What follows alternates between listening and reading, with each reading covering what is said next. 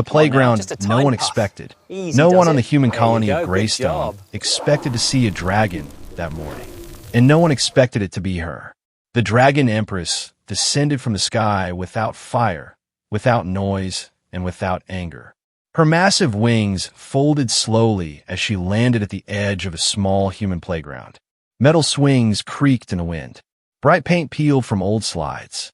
Children had been playing here only minutes ago. Now the place was empty and silent, except for one sound, a soft, weak whimper. The Empress lowered her head and looked at the small dragon in her claws. He was tiny compared to her, barely bigger than a large dog. His scales were dull gray, not shining like royal blood should be. His wings hung low. His eyes were wide, confused and afraid. He was her son. Among dragons, he was called many cruel names. Broken, dumb, fireless. He could not fly. He could not roar. And worst of all, he could not breathe fire. The Dragon Empress was ruler of 1,000 worlds. She had burnt fleets. She had crushed empires. Yet none of that power could fix her child. Dragon healers had tried. Ancient magic had failed.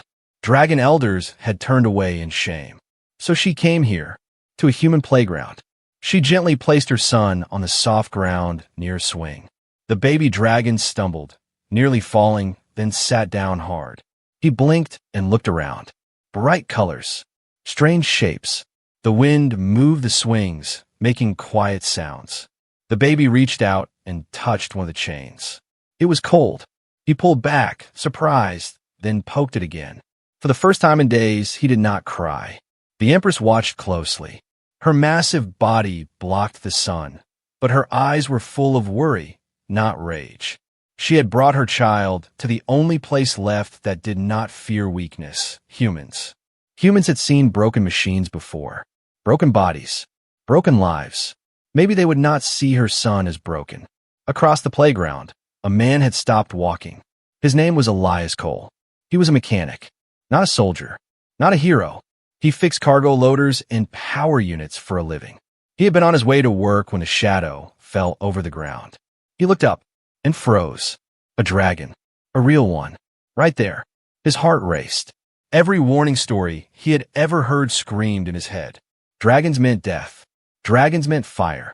But then he saw the small one. The baby dragon tried to stand again. His legs shook. He fell and let out a weak cough. Not a roar, just a sad little sound. Elias frowned.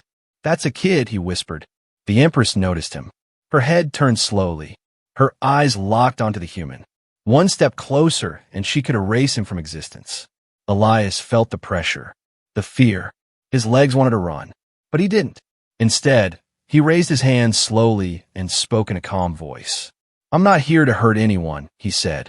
"I just saw your child fall." The baby dragon looked at Elias. His head tilted. He sniffed the air. The Empress did not attack. She watched. Elias took one careful step closer, then another. He stopped near the swing set and knelt down, keeping his distance. "He's not weak," Elias said quietly, more to himself than to her. "He's breathing wrong." The Empress's eyes narrowed. Dragon healers had said the child was defective, that his fire organs were dead, that he was a failure of blood. "You speak without fear," the Empress said, her voice deep and heavy. "Why?" Elias swallowed. "Because I fix things that don't work. And because he looks like he wants to play." The baby dragon crawled toward the swing again. He bumped into it and squeaked in surprise. Elias smiled without thinking. "That thing moves," he said gently. "You push it, it comes back. Kids like that." The Empress hesitated. Then, carefully, she nudged the swing with one claw. It moved. The baby dragon's eyes widened. He let out a small excited sound and pushed it again. The swings swayed back and forth. For a moment, the ruler of dragons forgot the galaxy. She watched her child play. Then the baby coughed again. This time, something different happened. A thin trail of gray smoke slipped from his mouth. It vanished almost instantly, but it was real. Elias saw it. The Empress felt it. Her heart pounded. "That was fire," Elias said softly. "Not strong, but it was there."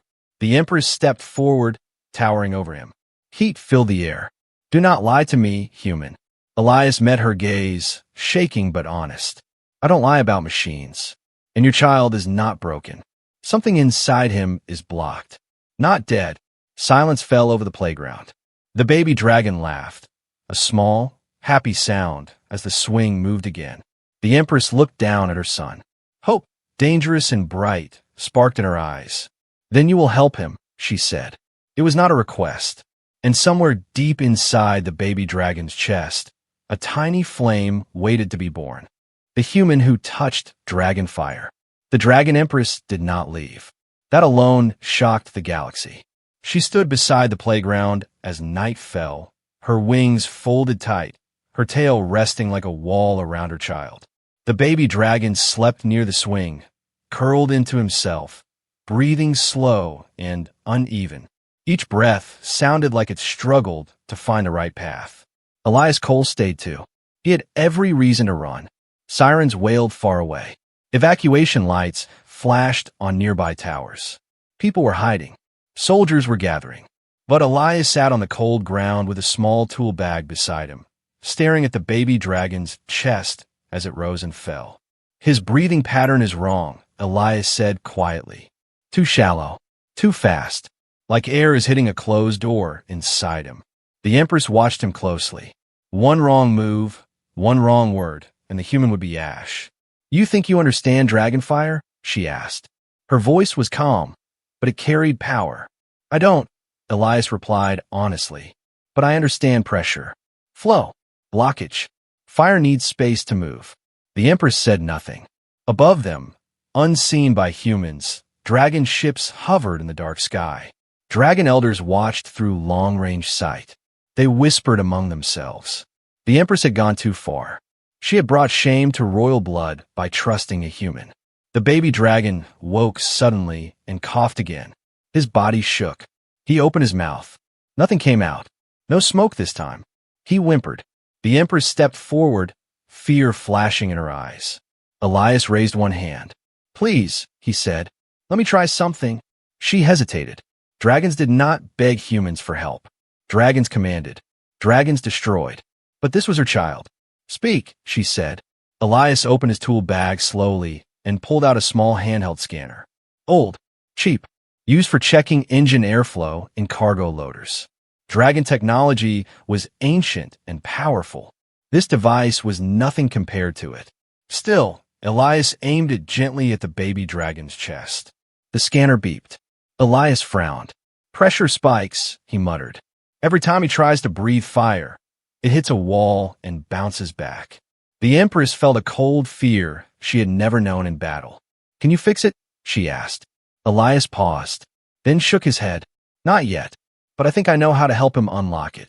High above, a dragon elder snarled. This is madness, one said. If the child cannot breathe fire, it must be removed. Another elder's voice was colder. The Empress is risking everything.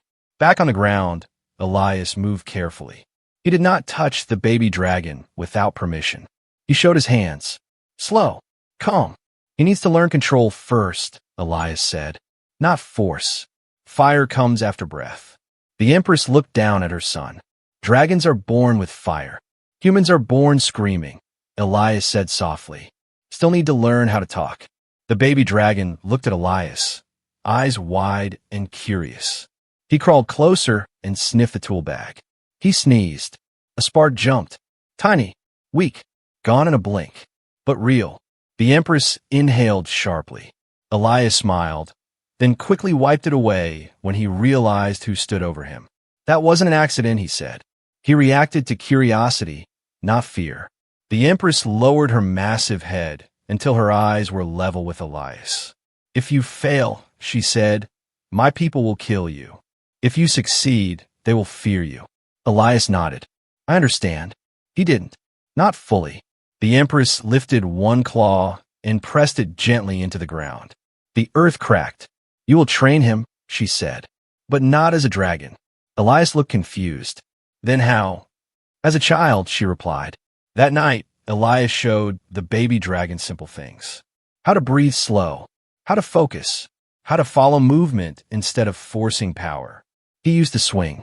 Push, he said gently, guiding the baby's claw. Wait, let come back. Don't rush it. The baby dragon watched the swing move back and forth. His breathing slowed to match it. Inhale. Exhale. No fire.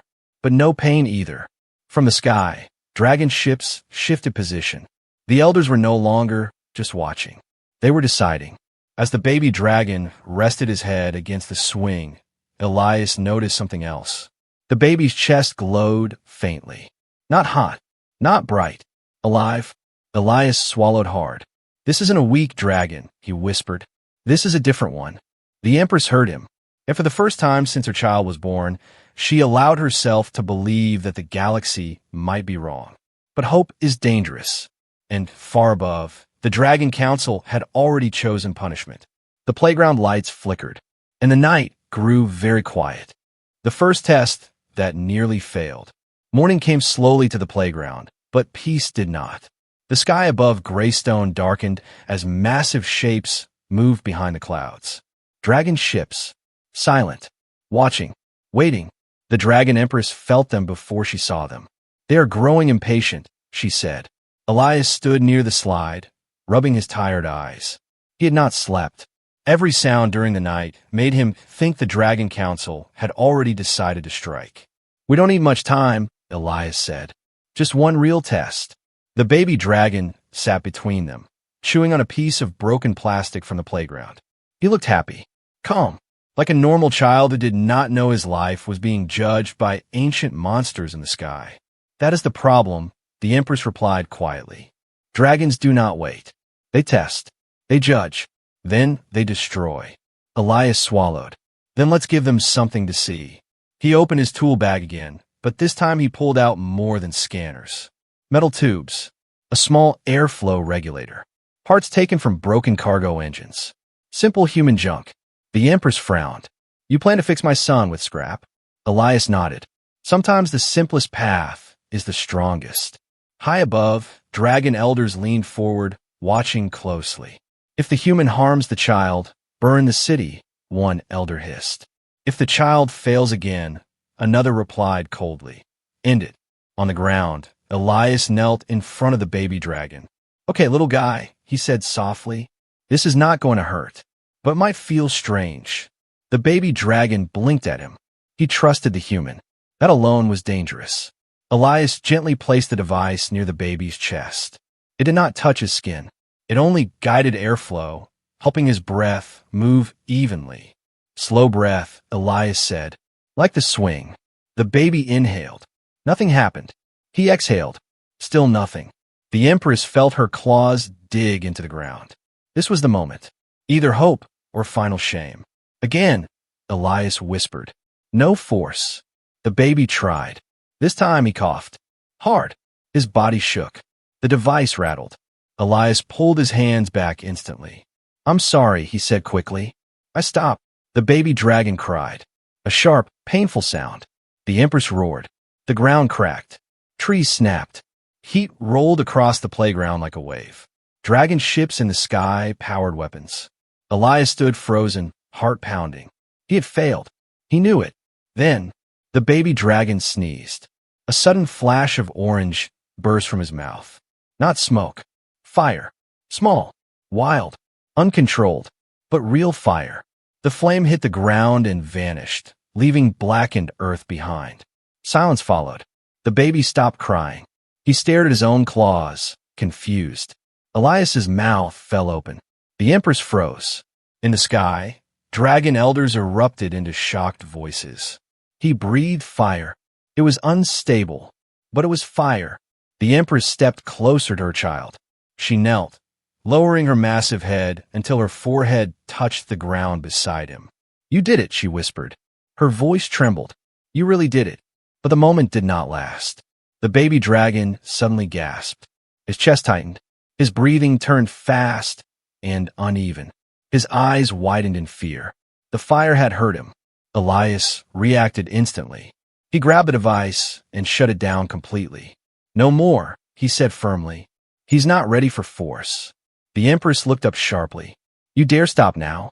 Yes, Elias said, his voice shaking but strong. Because if we push him, we will break him for real. Dragon ships lowered slightly. This human oversteps, one elder growled. He denies dragon instinct. Elias held the baby dragon gently, guiding his breathing again. Fire is not instinct alone, Elias said quietly. It's control, and control comes from safety. The baby's breathing slowly steadied. Inhale, exhale. No fire, but no pain. The Empress watched closely. Something deep inside her shifted. For the first time, she saw her child not as a failed dragon, but as something new, different, dangerous in another way. He did not fail, Elias said, looking up at her. He survived his first fire. The Empress stood and spread her wings slightly, blocking the baby from the sky. Then hear me, she said, her voice echoing across the colony. My son lives, and any who try to take him will answer to me. The Dragon Council hesitated. Never before had dragon fire come from a place of learning instead of dominance. Never before had a human stood between dragon law and dragon blood. Elias looked at the small burn mark on the ground. It was tiny, but it had changed everything. Far above, the elders fell silent. Because if the baby dragon could breathe fire once, he could do it again. And next time, the galaxy would be watching. When dragons began to fear a playground, the fire mark on the ground did not fade. Humans tried to wash it away. Wind passed over it. Rain fell during the night. Still, the black circle remained, small, quiet, and terrifying, because it was proof. The baby dragon had breathed fire. The Dragon Empress ordered the playground sealed. No soldiers, no weapons, just silence. The place became forbidden ground, watched from the sky by dragon ships and from the shadows by human eyes. Training began at night, not with roars or commands, but with play. Elias turned the playground into something else. The slide became a balance test. The swing became a breathing guide. The climbing frame became strength control. No pressure, no force. Slow, Elias would say. Fire listens to calm. The baby dragon learned quickly, faster than anyone expected. Each night, his breathing grew deeper. His chest glowed faintly, like warm embers under stone. He did not force the flame. He waited for it. The Empress watched from a distance. She had led wars. She had broken stars. But this made her uneasy. This was power growing without fear. High above, the Dragon Council argued. This is wrong, one elder said. Dragons do not learn like humans. That human is reshaping dragon instinct, another warned. If this spreads, we lose control. The oldest elder spoke last. His voice was cold. Then we ended. On the ground, Elias sensed the change before the attack came. The air felt heavy, too quiet. Even a baby dragon stopped playing and looked up. The Empress stepped forward, wings spreading. They are coming, she said. The sky split with fire. A warning blast struck the far end of the colony, shaking buildings. Humans screamed and ran. The Dragon Council had decided this experiment would not continue. Elias stood between the baby dragon and the burning horizon. They won't listen, he said. They will, the Empress replied, or they will burn. Another blast hit closer. The baby dragon panicked. His breathing sped up. His chest flared bright. No, Elias said quickly, kneeling. Look at me, not the sky. The ground shook again. Breathe with me, Elias said. Slow, like the swing. The baby dragon's eyes locked onto him. Inhale, exhale. The glow steadied. A dragon ship descended low, its shadow covering the playground. Empress, the elder's voice thundered from above. Step aside. The child is unstable. He threatens dragon order. The Empress raised her head. He threatens nothing, she said. You fear what you cannot control. The ship's cannons warmed. Elias felt heat build behind him. Now, the Empress whispered to her son. The baby dragon inhaled deeply, not in panic, not in fear. In focus. He opened his mouth. A thin, steady flame flowed out. Not wild, not violent, controlled. It struck the air and faded. Silence fell. The elders froze. The baby dragon swayed, tired but unharmed. Elias exhaled, hands shaking. That, he said quietly, was control. The Empress spread her wings fully, shielding the child. Leave, she commanded, or witness what comes next. The dragon ship hesitated. For the first time in dragon history, a playground had become a battlefield of ideas, and the dragons were no longer sure they were right. The night swallowed the sky again, but the fear had already taken root, because fire born from calm was something even dragons did not understand. And the galaxy never fears what it understands. It fears what it cannot. The Dragon Council's judgment. The Dragon Council did not retreat. They waited. For 3 long days, dragon ships circled Greystone without firing another shot. No warnings, no messages, just pressure, the kind that crushed weaker minds. The Empress understood the signal. Judgment was coming. On the 4th night, the sky burned red. A massive dragon vessel descended directly above the playground. It was older than most worlds, marked with scars from ancient wars. The ground shook as it landed. From its hull, light spilled down like fire trapped in metal. The Dragon Council had arrived in person. Elias stood beside the baby dragon, his jaw tight. "That's not good, is it?" "No," the Empress replied calmly. "That is the end of patience." 3 elders emerged, their bodies large and twisted with age and power. Their scales were dark, their eyes cold. They did not look at Elias. They did not look at the playground. They looked only at the baby. "The child has violated dragon law," the eldest said. "Fire must be born through dominance, not taught by prey." The baby dragon pressed closer to Elias, sensing danger. "He is my son," the Empress said. "You will speak with respect." "He is a risk," another elder growled. "A dragon who breathes calm fire instead of rage will weaken our kind." Elias clenched his fists. "Or change it."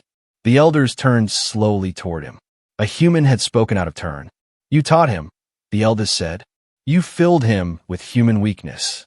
Elias stepped forward before fear could stop him. "I taught him control," he said. "You taught him fear." The air trembled. Dragon fire gathered in the elders' chests. The Empress moved instantly, wings flaring wide, placing herself between Elias and the council. "If you burn him," she said, her voice shaking the ground, "you burn me." Silence crashed over the playground. Never in dragon history had an Empress threatened her own council. The eldest elder narrowed his eyes. "Then choose." He pointed one claw at the baby dragon. "Give him to us. We will end his suffering quickly." The baby dragon whimpered. His chest glowed faintly, reacting to the fear around him. Elias knelt beside him. "Hey," he whispered. "Look at me. Remember the swing." The Empress's heart pounded. She looked at her son, then at the elders, then at the human who had risked everything for a child that was not his. "I choose him," she said. The elders roared. Weapons powered up across the ship. At that moment, the baby dragon did something no one expected. He stepped forward, not crawling, not stumbling, walking. He stood between Elias and his mother, lifted his head, and took a slow, steady breath. The playground lights flickered. The elders froze. The baby dragon opened his mouth. Fire flowed out, stronger than before, smooth and controlled. It did not strike anyone. It rose into the air like a signal, a statement. The fire faded. The baby swayed, but did not fall. Elias caught him. The Dragon Council said nothing. They had seen power born without fear, and they were terrified. The eldest elder finally spoke, his voice lower now. "This child is not weak." "No," the Empress replied. "He is the future." The ship's weapons powered down. The elders withdrew, not defeated, but shaken. As the vessel rose back into the sky, Elias looked down at the baby dragon, who yawned and rested his head on Elias's shoulder. "That," Elias said softly, "was you choosing yourself." Above them, the galaxy watched, and dragon law would never be the same again. Fire born from trust. The Dragon Council left the sky, but not the future. Greystone felt different the next morning, quiet but heavy, like the world was holding its breath. The playground remained sealed, not by force, by respect. Humans stayed away. Soldiers stood far back. Everyone knew this place was no longer just metal and paint. It was history waiting to finish writing itself. The baby dragon slept beside Elias, curled close like a warm stone. His chest rose and fell in slow, steady rhythm. No sparks, no glow, just calm. The Empress watched them both. For the first time, she felt something dangerous. Not fear, hope. The council will return, she said quietly. They always do. Elias nodded. Then we don't rush. That answer surprised her. Dragons rushed. Dragons struck first. Dragons ruled through speed and fire. Humans waited. Training changed after that night. No more devices. No tools. No scanners. Only trust. Elias stopped guiding the baby's breathing. He stopped giving instructions. Instead, he played. He rolled a ball across the ground. The baby chased it, laughing. He climbed a frame slowly, carefully. When he slipped, Elias didn't grab him. He encouraged him to find balance. You decide, Elias said softly. Your fire listens to you. The Empress watched closely. Every time the baby felt safe, the glow returned, soft and warm. Every time fear entered, it faded. That truth hit her harder than any battle. Fire was not strength. Fear was not power. On the third night, the sky darkened again. No ships this time, just one shape. The eldest elder descended alone, wings wide, scales glowing faintly with ancient fire. He landed beyond the playground fence and did not cross it. You have one chance, he said. The child must prove himself. Alone. The Empress stepped forward. He is still learning. He is still dangerous, the elder replied. If he fails, the council will act. Elias looked down at the baby dragon. The child looked up at him, not afraid, trusting. Elias swallowed. What do they want him to do? The elder's eyes narrowed. Breathe fire. Strong. Controlled. On command. The Empress's heart sank. Command was the problem. She looked at Elias. He cannot be forced. Elias nodded. Then don't force him. The elder scoffed. That is not how dragons are tested. Then this is not a dragon test, Elias replied calmly. It's a truth test. The elder snorted smoke, but said nothing. The Empress knelt beside her son. You don't have to do this, she whispered. The baby dragon touched her claw with his tiny one. Then he walked forward. Not fast, not slow. He stopped in the center of the playground. The swing creaked softly in the wind. Elias stood a few steps away. He didn't speak. He just breathed. The baby watched him. Inhale. Exhale. The baby copied him. The glow appeared, brighter than before. The elder leaned forward. Now he commanded. The baby dragon flinched. The glow flickered. Elias raised his hand, not to stop, not to guide, just to be seen. It's okay, he said softly. Do it when you're ready. Or don't. The elder hissed. Time is over. The baby dragon closed his eyes. He remembered the swing, the ball, the laughter, the calm. He opened his mouth. Fire poured out. Not a burst, not a blast. A steady stream, bright, clean, controlled. It rose into the night sky and faded gently, like a promise instead of a threat. Silence followed. The baby dragon staggered. Elias caught him. The Empress felt tears burn her eyes. The elder stepped back. Slowly. This fire, he said quietly, does not come from fear. No, the Empress replied. It comes from trust. The elder looked at the child, then at Elias. Then dragon law is wrong, he said. Those words had never been spoken before. He spread his wings and lifted into the sky. The test was over. The baby dragon slept peacefully in Elias's arms. And across the galaxy, something ancient had cracked. Because when fire is born from trust, nothing can put it back. A law written in fire and calm. The galaxy did not change in one night. It shook. News spread faster than dragon fire ever could. A baby dragon. A human mechanic. Fire without rage. Power without fear. Every world heard the same whisper. Dragon law had failed. On Greystone, the playground stood quiet under the morning sky. No ships hovered above it now. No weapons pointed down. Only wind, metal swings, and a small dragon sleeping peacefully on the grass. The Dragon Empress stood alone. She watched her son breathe, slow, steady calm. Each breath carried fire inside it, but did not burn. It waited. Elias stood beside her, hands in his pockets, tired beyond words. I think they'll come back, he said. They will, the Empress replied. But not as judges. The ground trembled. This time, the sky did not darken with warships. It filled with dragons. Hundreds of them, young and old, warriors and scholars, kings and queens from distant systems. They landed far from the playground and waited. Not attacking, not demanding, waiting. The Dragon Council arrived last. The eldest elder stepped forward, his voice carrying across the land. "Dragon Empress," he said, "we have seen what should not exist."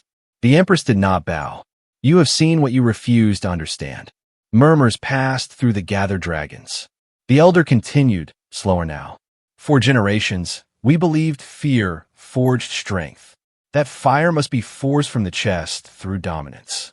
He looked at the playground, at this child, and we were wrong. Silence fell.